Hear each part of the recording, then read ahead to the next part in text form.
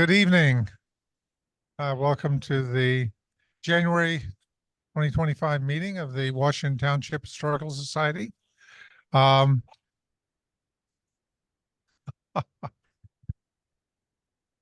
good. Thank you. And welcome everyone. I've always tried to have each person introduce themselves because we're getting a larger groups now and we're seeing some new faces. So if we start front and just tell everyone who you are, and if you represent a group or organization, please tell us about it.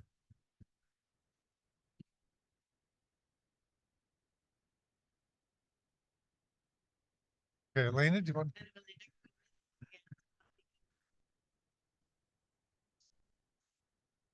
Still of AAIW.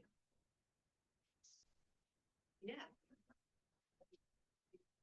So, And I represent myself. So do I represent myself? Patty? I represent all of this. And the Historical Society on the Patterson House Advisory Board. And if anyone wants to be a representative on the greater area of the Washington Township for the Historical Society on the Patterson House Advisory Board, there maintains an open seat. So that is there if anyone's interested. Jim?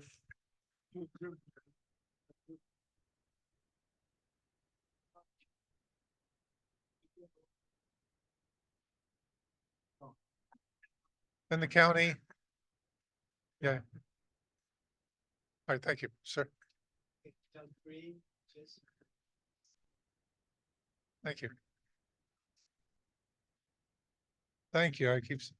Good to meet you. Paul? Longtime Vice President of the Washington Township Historical Society. I grew up right here in Mission San Jose.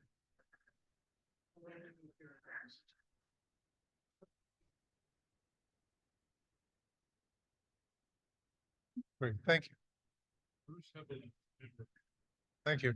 And John Weed, currently president of the Washington Township Historical Society. And we have another distinguished member who will be our speaker today, Brian Barlow. Former president and vice president and all around historic homes. Thank you.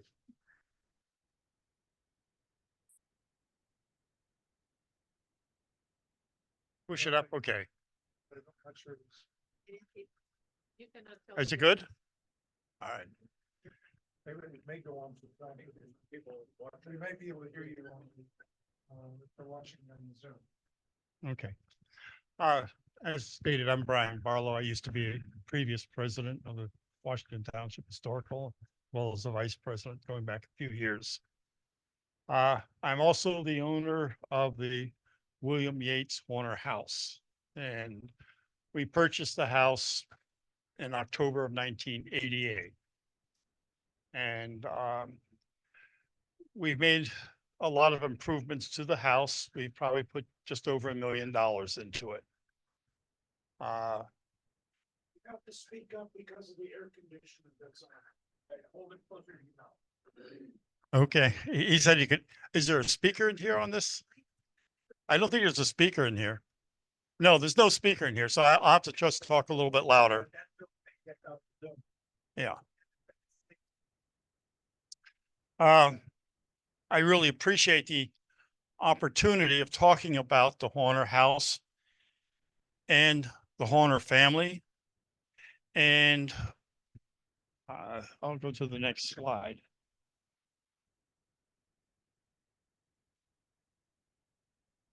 And then issues of going forward with the Horner House. I think it's rather important that we somehow preserve or protect the house. I know that Al is looking into Shin House. I'm also looking at what we can do for the Horner House. So when we talk about the Horner House, we have to talk about the Horners. And I just can't talk about John Horner. I have to also talk about William. And William was the younger brother of John. John came here on the Brooklyn, as you probably all know. They left in New York in January of 1949, 46. And then they arrived here in July. And they had an interesting trip on the ship called the Brooklyn, having to arrive in Hawaii. And Hawaii left an impression on John, and he will talk about it. They were later to go back to Hawaii. But the reason why John left, we have to keep in mind that he was Mormon. And there was a lot of religious persecution going on at that time, especially against the Mormons. So, as you can see, 238 people, 70 men, 68 women, 100 children left on the Brooklyn to arrive in what they thought was Mexico's Alta California, which is Yerba Buena. And they were armed and prepared to meet with the Mexican army. And John had a rifle and a 6-gun, actually. But when they came into Yerba Buena, the U.S. Army, Colonel Fremont had already taken it over. And it set John back a little bit in what the Mormon battalion wanted to do. Their world changed on them. On the Brooklyn, this is a picture of the Brooklyn, and it comes from Lila Bringhurst and Lauren Hanson's book called Let This Be Zion. And on the ship, they basically brought what they needed: tools, a printing press, only 2 cows, which surprised me. And you can see 40 pigs and a number of fowls. The pigs were basically to eat on the trip. And the Horners and William, what I really am, there's so much history here. I'm going to be jumping it because we would be sitting here for hours. The Horners are extremely well documented. John Horner documented a great deal himself when he was in Hawaii, wrote a lot in 1902. And then he also kept a daily diaries. And the Mormon Church has been very good to forward all that documentation to me. It's about that thick. However, they were extremely successful in agriculture. They were growing tomatoes, potatoes, corn, you name it. And it was to feed the growing city of San Francisco and the 49er gold rush people. So 50, 51, 52, 53 were extremely successful. And in March of 1952, in the first state fair in San Francisco, John Horner was recognized as the first farmer of California. Now, one of the things that bothers me, I've gotten a hold of the Department of Agriculture here in California. They don't know who John Horner is. And I can't believe that, John Horner is not recognized. And I have a feeling that and I'm not a Mormon, please. I have a feeling that there's still a little bit of discrimination against the Mormons. Here's the man that you're going to find out did more for California's agriculture than any one individual, except the one that put all the, what am I looking for? How we bring water down. The aqueducts, because the aqueducts really did a tremendous job. But he was able to work out crop rotation and irrigation for the crops here in the Bay Area. So he became the first, and this is according to this Professor Shelton. And not only did he win 1 silver chalice, actually, I found out that he won a couple of them. And the other thing I was really surprised, and most people don't know about it, was the Horners were associated with modern plowing, cradle farming, cutting grain, but combines, most people don't know it, that they changed how combines were done. In the earlier years, the horses or the oxens or the mules would pull the plow and the combine. And of course, they were trouncing down on the wheat and the corn at before the reaper got there. What they developed was to put the horses in and the mules in the rear and to push the combine. And I mean, the thing that's also surprises people that these combines were pulled by 12 or 16 mules or horses. I mean, so if you could imagine all these animals walking in front of the wheat and crushing it, this was a significant redesign in the combines. Again, no recognition really given to, and I went on to the website trying to find anything about this machine that they developed called the Monitor. All bunch of today's combines are called monitors. And here is what they wrote back in 1968, that they were going to give a demonstration of one or three of their monitors. And they were able to cut 16 acres of wheat or grain in a day, which was a significant breakthrough. And that they were also able to do it with 3 men, not with 5, 6, 7 men, which was typical in those days. And the other thing was that this technique of pushing the combine ahead reduced the chance of runaways. What happens is the horses got spooked of what was behind them. But if they could see what was in front of them, they didn't get spooked. So it was a significant breakthrough that was done by the Horners. One of the other things I wanted to point out that also is hidden was that the Horners owned a large portion of San Francisco. And when I say a large portion, 5,250 acres. All of what we call today, I can't remember the district now. Al, do you remember it? It's, I can't remember the area of the district. Potrero? The what? Potrero, by any chance? No, anyhow, I do apologize on that, but the area used to be the streets were named after the wife and the children of John Horner and William Horner.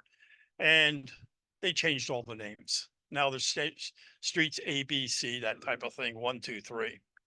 The Mission District, that's the area that they used to own. And the sad part about it was that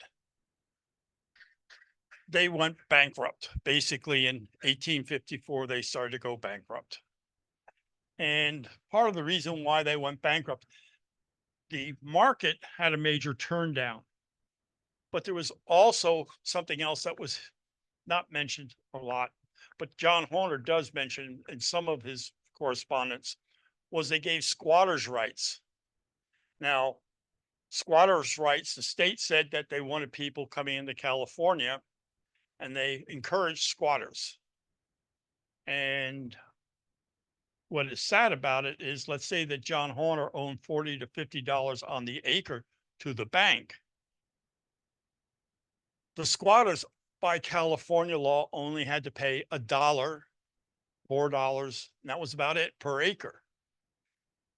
But the bank still insisted in getting the money from John Horner and William. I should also point out that what John did is he established a company that was a shell, and he and his brothers and other family members were owners in that company. So they went broke. I think they purchased the land for like 70,000 acres, $70,000, and in the end only were able to get like 10,000 for it. Yeah, here's where I talk about, and by the way, it went to the U.S. Congress and it went all the way up to the Supreme Court in 1858. And so basically where the Horners used to, let's say, own over 100,000 acres, they came down to like 150 acres. And actually William ended up with more acreage than John. in March of 1855, John had to sell off most of his land and property to his brother William for $30,000. And I've got the copy of the deed here of the actual transfer.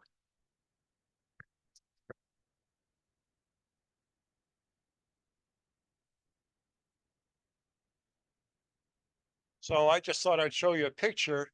This is of the Horner family. This is John. And we believe that that is William in the back. And 1970s or 1870s? 1870s. I'm just testing you to see how observant you're not falling asleep. And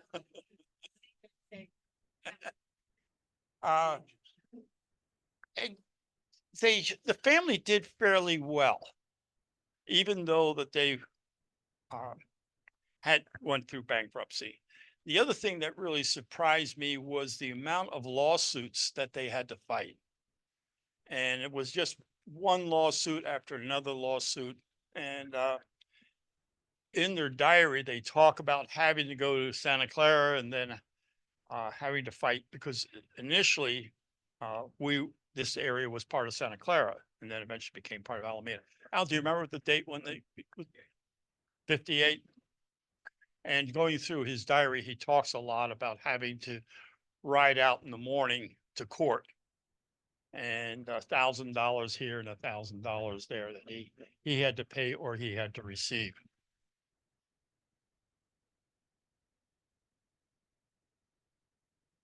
By the way, I rushed through this today, so I do apologize. The move to Hawaii, they were extremely successful in Hawaii and really surprised me.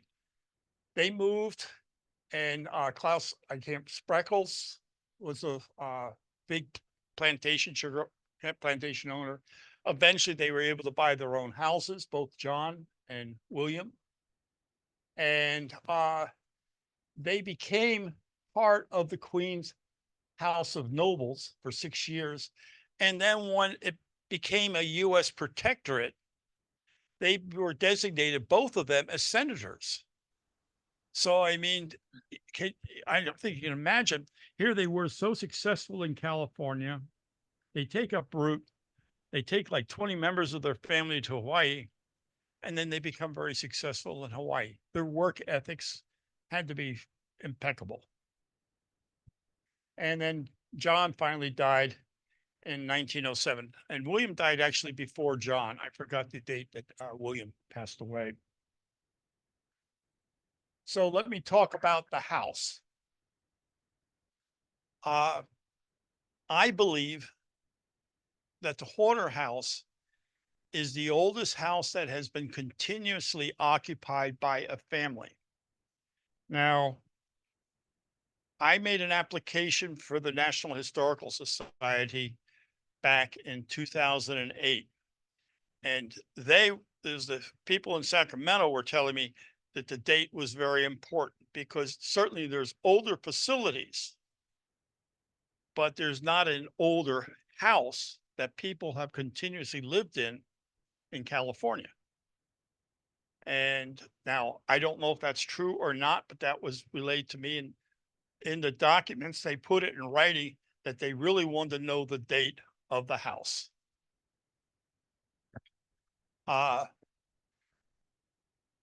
The house, which I'm able to document, was originally built by John Horner. Now, everybody's been saying it's the William Yates Horner house. No, it's John Horner built the house for William's family. William did not have any money. The money was in the name of this John Horner company. And what happened was William was sent out. He arrived in 1850 to join his brother. They were very successful. They made a lot of money. And so in January of 1852, John sent William back to New Jersey. And in the same year, William came back with 14 members of the Horner family.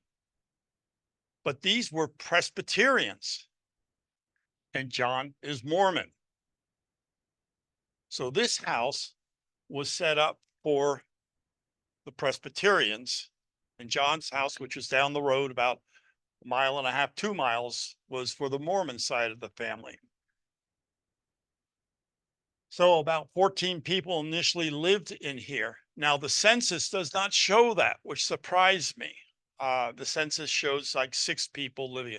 It does not show the Horner's parents who came across with William.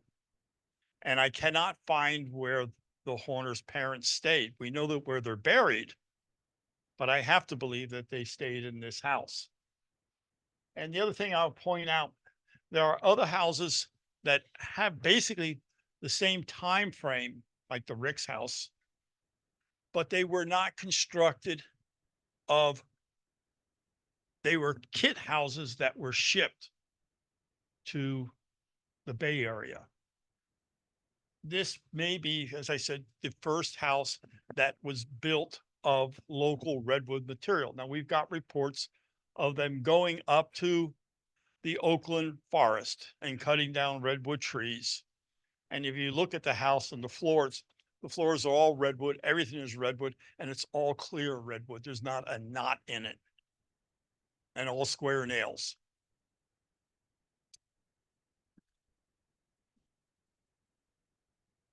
I just thought I'd throw this picture in. BJ Bunting gave me these pictures. I've got pictures that 3 pictures that he gave me. This was the house in 1852. Again, is that my, oh, that's 1952. That's correct. That's correct. Yes, that's correct. 1952. What you can notice is that here on the railings, there used to be very attractive poles or whatever you call them. And all this was soon torn down. It was rotted out. And I think it was when your mom had it. I think she tore down the veranda. No, John Weed. We never had the ownership of the Horner home. I have Cecilia Weed down on the titles. I'll show it to you later. It's BJ or John. No, it was Cecilia Weed that had it. No, I mean. 1952. I'll pull the deed up, John. Okay. But I have her on one of the deeds on it. Surprise, surprise, Joe.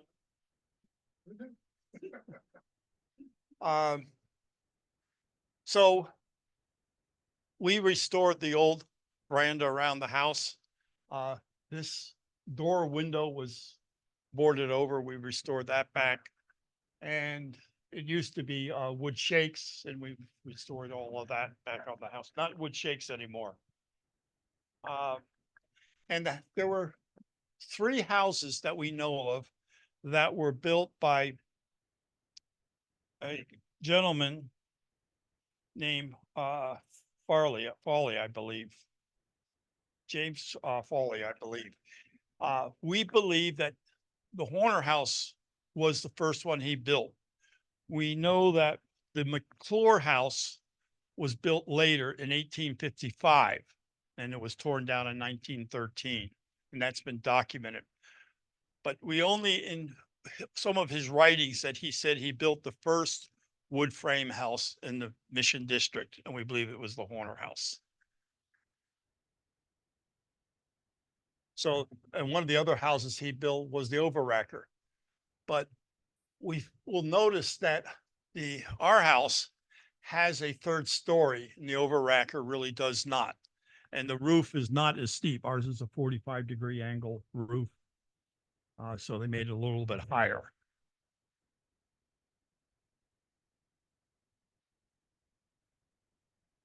Let me talk to you now about how I would like to go forward and to see if the Horner house can be protected. First of all, I'm going to try to get the Horner House on the National Register. I'm going to try again. One of the key issues I know that they'll bounce back again is the date of the house. They've also pushed back that William Yates Horner is not significant as John is. But we had in 2003, a group of ladies, there were 6 of them, came from Sacramento to look at the house. And the house was then placed on California State Historical Landmark Registry on the primary file. Now, it's not listed as a landmark anywhere I can find, but I've got the document. I'll pass this around showing that it was listed as a historical landmark. But if I go on the internet today, I cannot find it. I also was able to find it here in Alameda County as the California's landmarks. But the other thing that had me totally confused was on a document, it shows on the National Register as being listed. But when I talked to the people in Sacramento, they said, well, we don't know how that was done. It's fraudulent. And so I'm caught between a rock and a hard place dealing with Sacramento.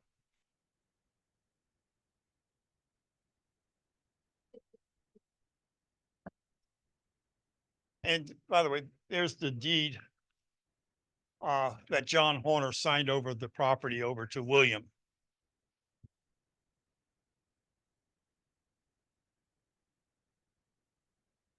But Sacramento said it was false and nobody could tell me about it. But I can't find it anymore on Alameda County, not listed. California is not listed. California State's not listed or the house? The house in either the state or Alameda County.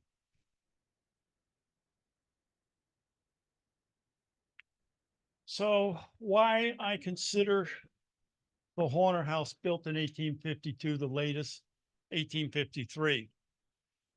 Obviously, they went bankrupt in 1854. They had no money.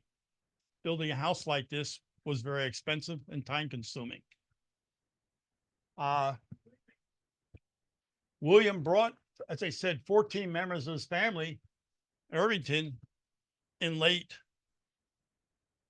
1852. They had to live somewhere. You just can't put them in tents in January. This is the Jay Hawley that I was talking to you about earlier. Said he built the first house in the Mission District. And following year, he claims that he built his house. So who was the house that he first built? And we believe it was the Horners because they were the wealthiest family in the Mission District. And when I talked to Dr. Fisher before he passed away, he said that 2 other houses were built by Foley, and he believed it was the Overracker. We don't know when that was built, but we do know the McClure house was built in 1855. And then, as I pointed out, as you see for the document there, John Horner sold the property to William in March of 1855 for $30,000.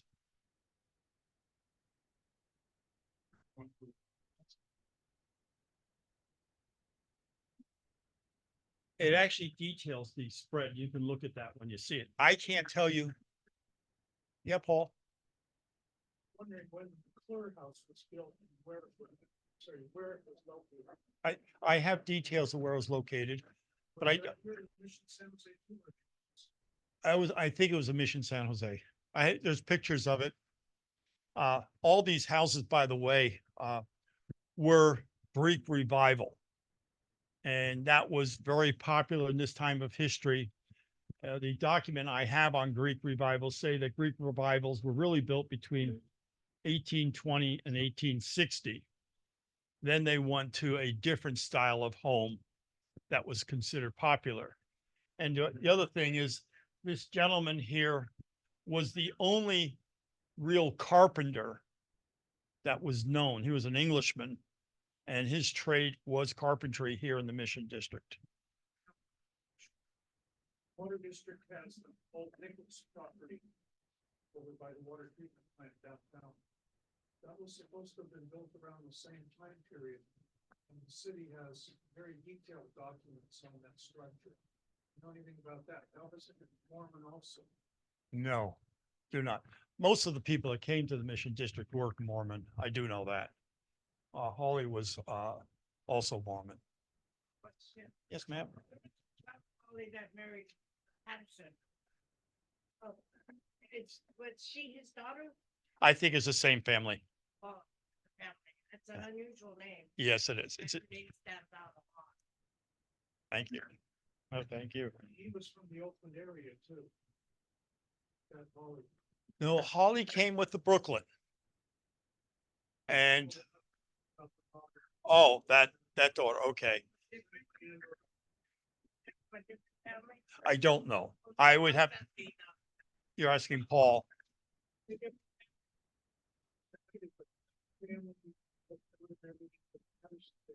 was always up in San Leandro or. All I remember being in the school with that. Her father was farmer, but Right, right, that's how they met. right. Right, so for those online, they ask you to repeat the questions, they can hear the. I'm sorry, we had a question about Sarah Hawley, Clara Hawley, and was she the same, associated with the same family? Did the building. You know, that did the building. We don't know that.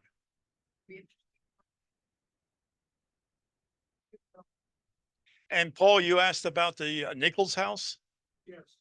and this, Foreman also. okay.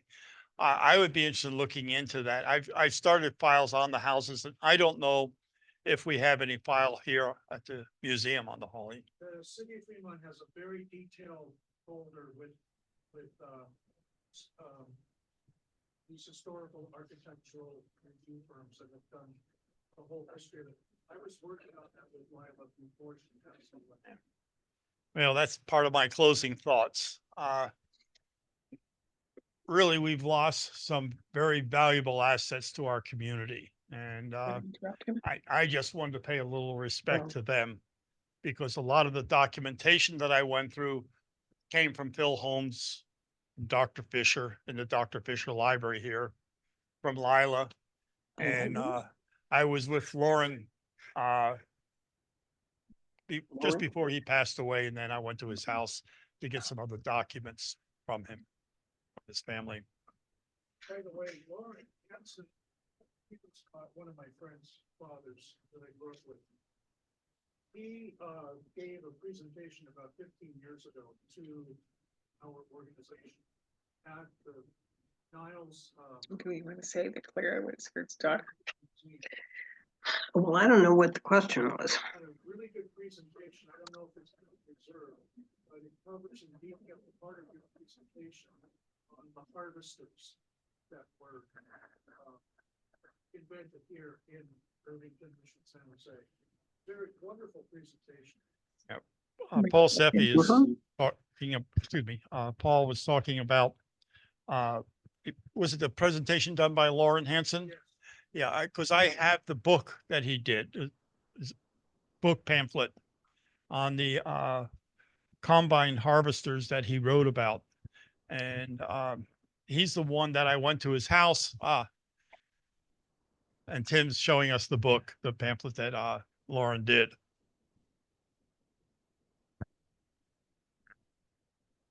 Any other questions? Yeah, well, you're not answering. What's this done? It's not up there.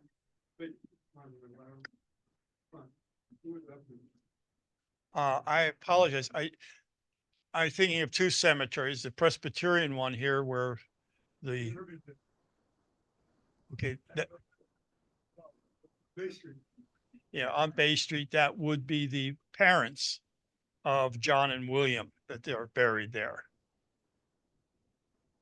Well, They didn't go to Juan Hawaii. is there too. And John and most of the family, a William Yates Jr. moved back here to California and he became active in the government here in Alameda. He's saying yes. And I think he passed away like in 1930. Built a local home. Well, the father was a carpenter. James William was a carpenter. 1879. They're asking when the, what? I'm sorry? They were here a long time. Yes, they were. One of the other things a little pet peeve of mine, sometimes the Horner house is called the Bond House, the Captain Bond House. Well, the research I did, Captain Bond did not own the house. His son did, and his son had a store, a general merchandise store in Centerville. And the son owned the house, not Captain Bond. But some people are trying to make the house sound a little bit more fancy. Did you go to,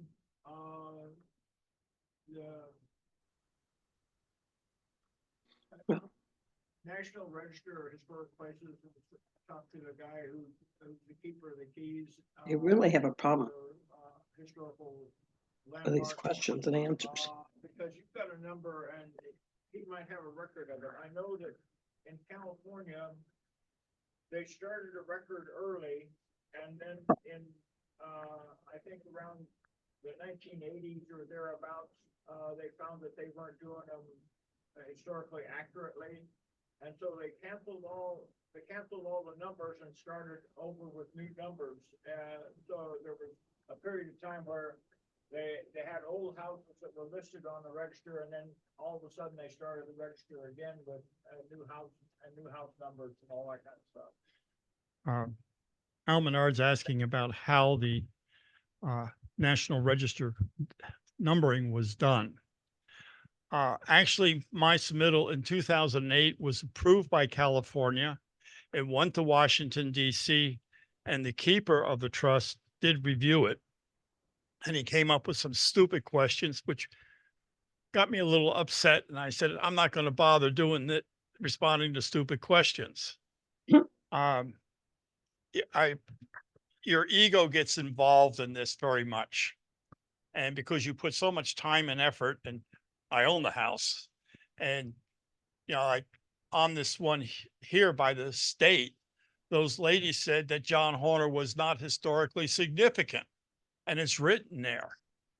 So there's one caveat that they declined to recognize the house, you know, in John Horner.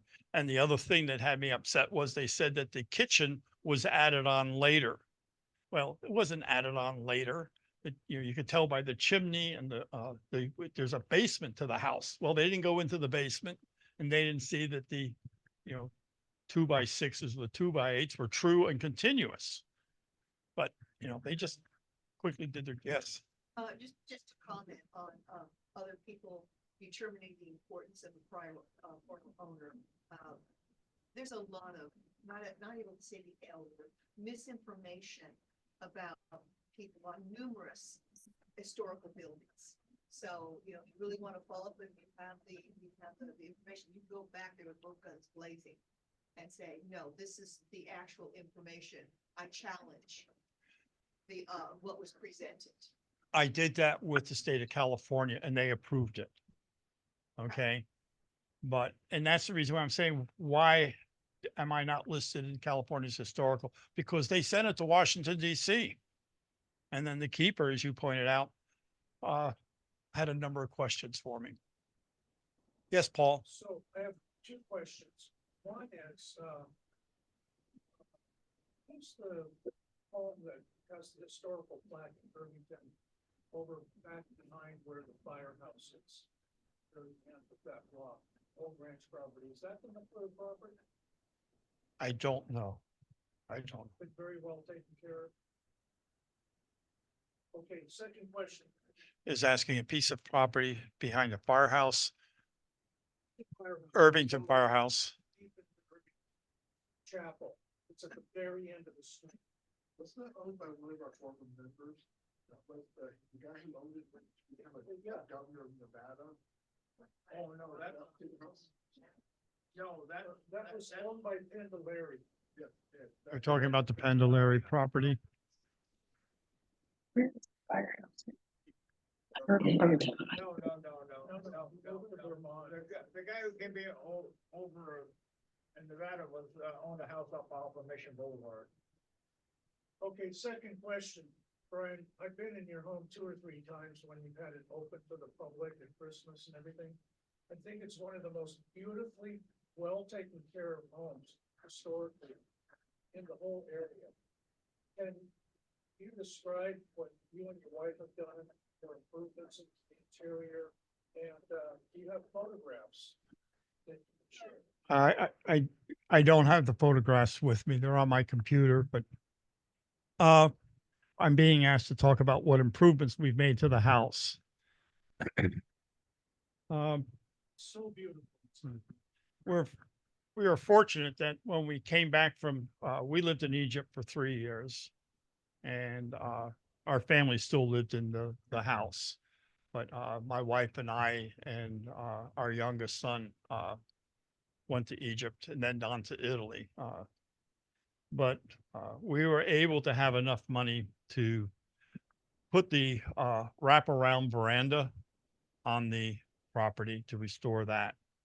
And then the HARB, and Al was part of it as well, approved us adding a garage to the property.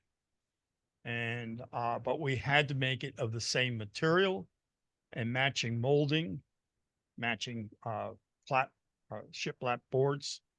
And, but it was the right thing to do.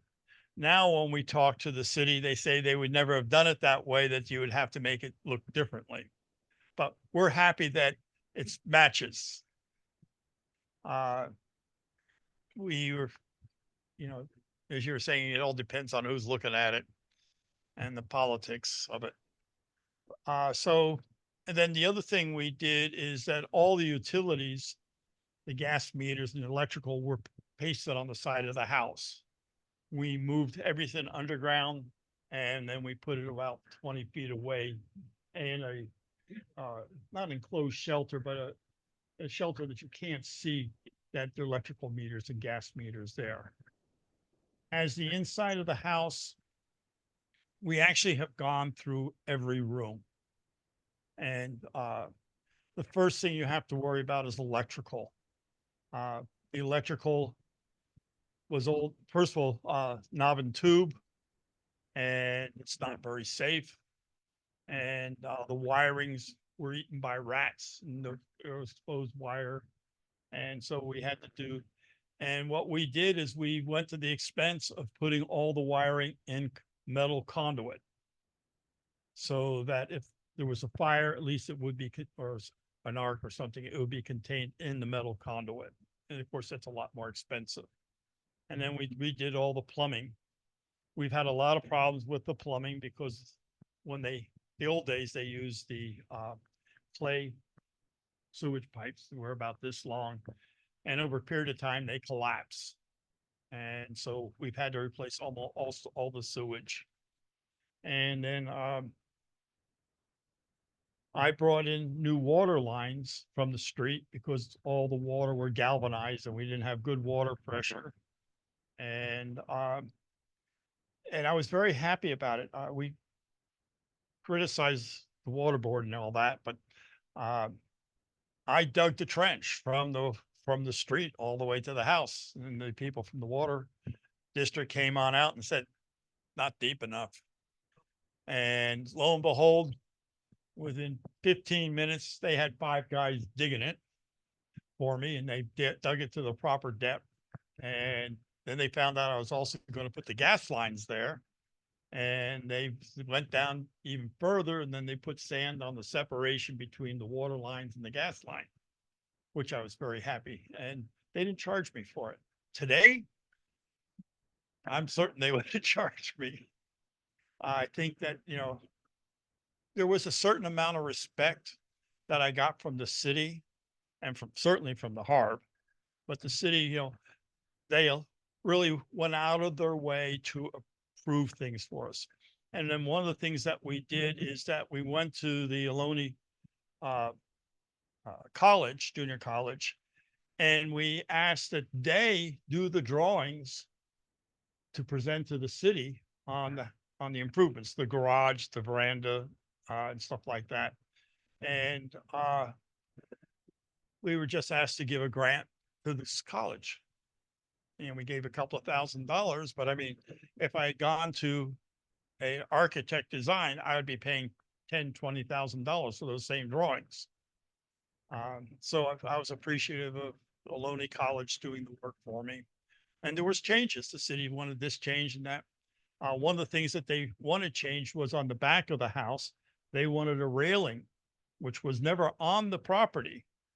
But for safety, there was a flat roof over the kitchen. And they wanted a railing around that. And they were good about it.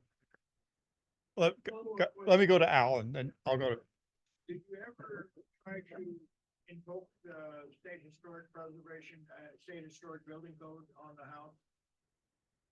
The state historic building code allows you to do things that are historically accurate, without coming up to UBC, Universal Building Code. So you can get away with handrails at a lower level, you get away with doorways narrower. You can do a lot of things, using the state historic building code. All you have to do is have the house on a historic register of some kind. I'm not on a register fortunately. But let me comment, Al. No, I have not applied for any, what do you call it again, Al? State historic building code. State Historic Building Code.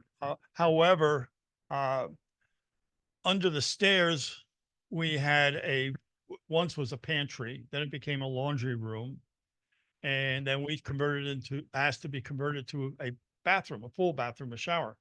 They waived the building codes for us.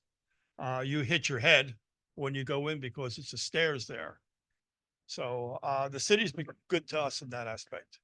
Yes, Paul. Follow-up question I had was, I've always been impressed with the finishing of the woodwork on the interior. Who did you get to help you out with all of that? Because I can imagine that costs a lot of money. Yes, and trying to find people that could work with cherry and with redwood is almost impossible today. We just had a carpenter put in handrails because one of the things that we were cited in the house that we didn't have handrails going up downstairs in the back and to the third floor. And finally, my wife and I said, we need the handrails. Because, you're constantly putting your hands on the walls. So, no, we don't have anybody now, Paul. Can't find anybody.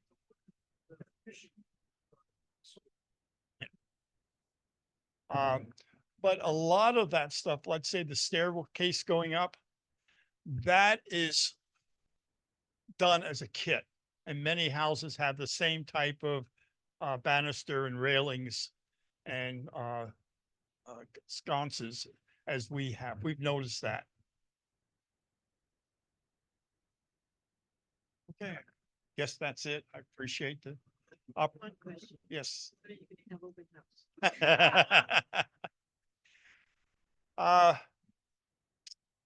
I'll bring cookies. Bring chocolate. That is something that we can consider doing. Yeah. The problem is you can't get this many people in the rooms. Our sitting room is a formal sitting room. And it's the old style. When you first came into somebody's house, you went into the sitting room or the waiting room. And it's not that big. Then you have a center TV room, which I would like to do it. We've had people. We've had Christmas party. I would rather do something like a Christmas party. That would be a little bit more fun, where you can go through the house type of thing. we've done Christmas parties at the house. Then one question along, come see that. That's basically my question. The answer is yes, and it's basically, it's trying to set up a time when, we can do it, but, it's best during the summer. That way. Uh, I have to be very candid with you. It's an expensive house to maintain. We have a handyman 2 days a week. We spend just over $20,000 a year on the handyman. There's so much painting that has to be done, so much wood that has to be repaired. It's constant maintenance. We've had to replace all the windows except for one. My wife wanted that replaced, and I said, no, we'll keep that. All the siding has been replaced except the north face of the house. And that one window that's not been replaced is on the north. Are you putting in old plan? Why would I do that? Well, it's an old house. Reproductive glass, how's Uh, that? Maybe glass. We have. My wife and I come from two different worlds. I drive an old 1963 car. Okay. My wife wants all the bells and whistles. Let me give you another little quick background on the house. I wasn't married at the time. I was dating my wife. And I had a good job. And I was also with the California National Guard. And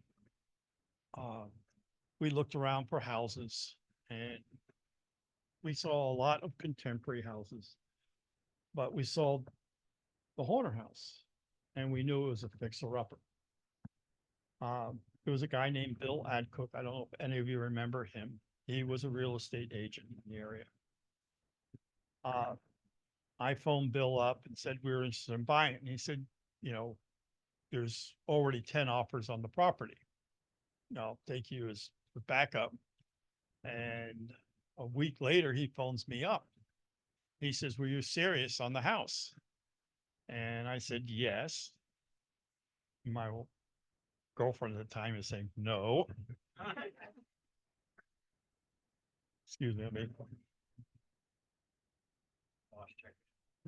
Now somebody else that I got. How do you turn these things off? So what happened was developers wanted the property. And they wanted to move the Horner house over and put 44 condos in. And he said that the city was balking at that and was not showing. And he said the property now is in bankruptcy court. And, it's going to be a fire sale at the Oakland courthouse. He says, are you serious? We told Bill, yes, that we were. And he said, their bank is insisting on 20% down payment on it. In those days, you could put 10% down.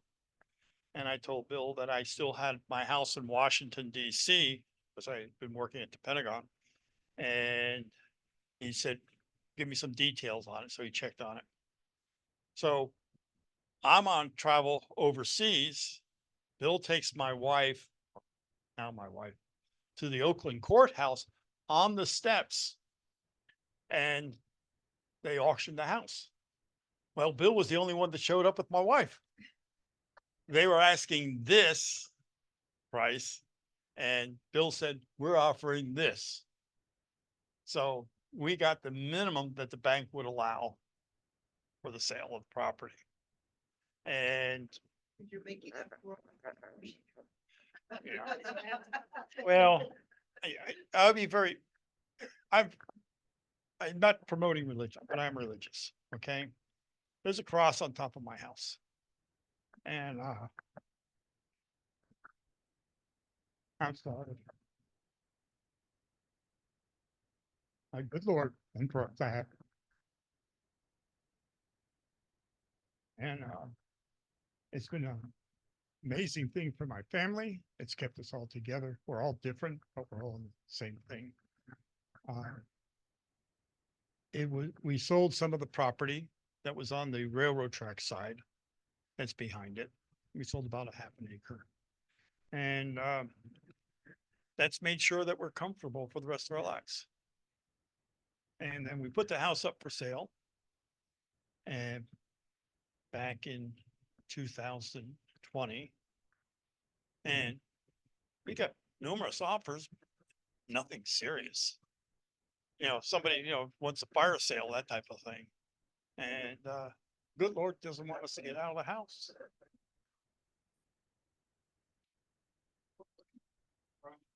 As I recall, the Horners built a house in, I think it was Union City. And they had, Yes.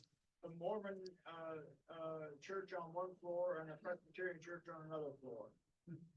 Or they traded off, I don't know which it was. I think it was Stacy went out there. And it was a family called the Toblin, might have been. And because they helped pay for that, and they did that in 1853. And we got documents on that. And that was another reason why I felt that the Horner house was built when it was, because the parents were giving money to somebody else to build a house. They must have had a house that they were staying in for them to, and I think it was that house. John, anything else? Thank you so much. Yeah. One more question. Nope. No. Yes. Your children, are they willing to maintain the level of? No. No, I wish they were. We're fortunate. There was a ranch house also in the back of the house. And our kids, when they got married, moved into the ranch house. They had their children in there. I've got my youngest son and his wife from Ukraine and their 5-year-old in the back ranch house. But it's really, I mean, they're not underfoot. You know what I'm saying? Mhm. Yes, when they were younger, they were all in the house. Fortunately, we got 7 bedrooms in the house and we have 5 kids. 9 grandkids now. It would make a very good bed and breakfast. That's a good business for one of your kids. Somebody, 2 of the people wanted to get a bed and breakfast, but they were just coming in too low. Then somebody wanted to make it into a school and the city said no. Well, maybe one of your kids want to do business, bed and breakfast, They're not that type. you know? Sorry.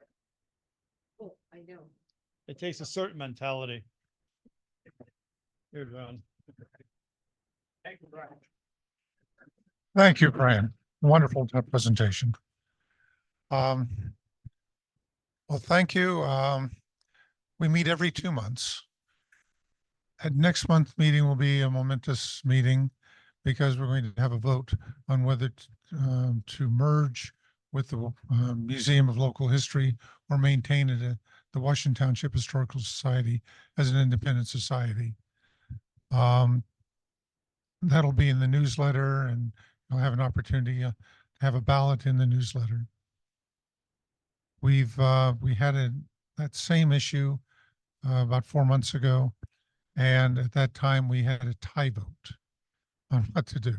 So we're restarting it and learn some lessons on how to run an election and how to present the documentation.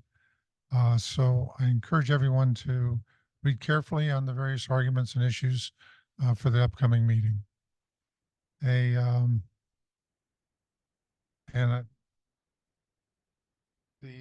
But I think we've done great. The society has been with us now for over 70 years, and we'll see if it continues. And we're always looking for officers and individuals who wish to become more involved.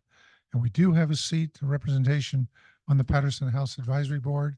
So someone who wishes to get involved or knows of someone, even a youth, who wants to show an interest in history, this is an opportunity. Unfortunately, it doesn't pay, but I'm sure they have good refreshments.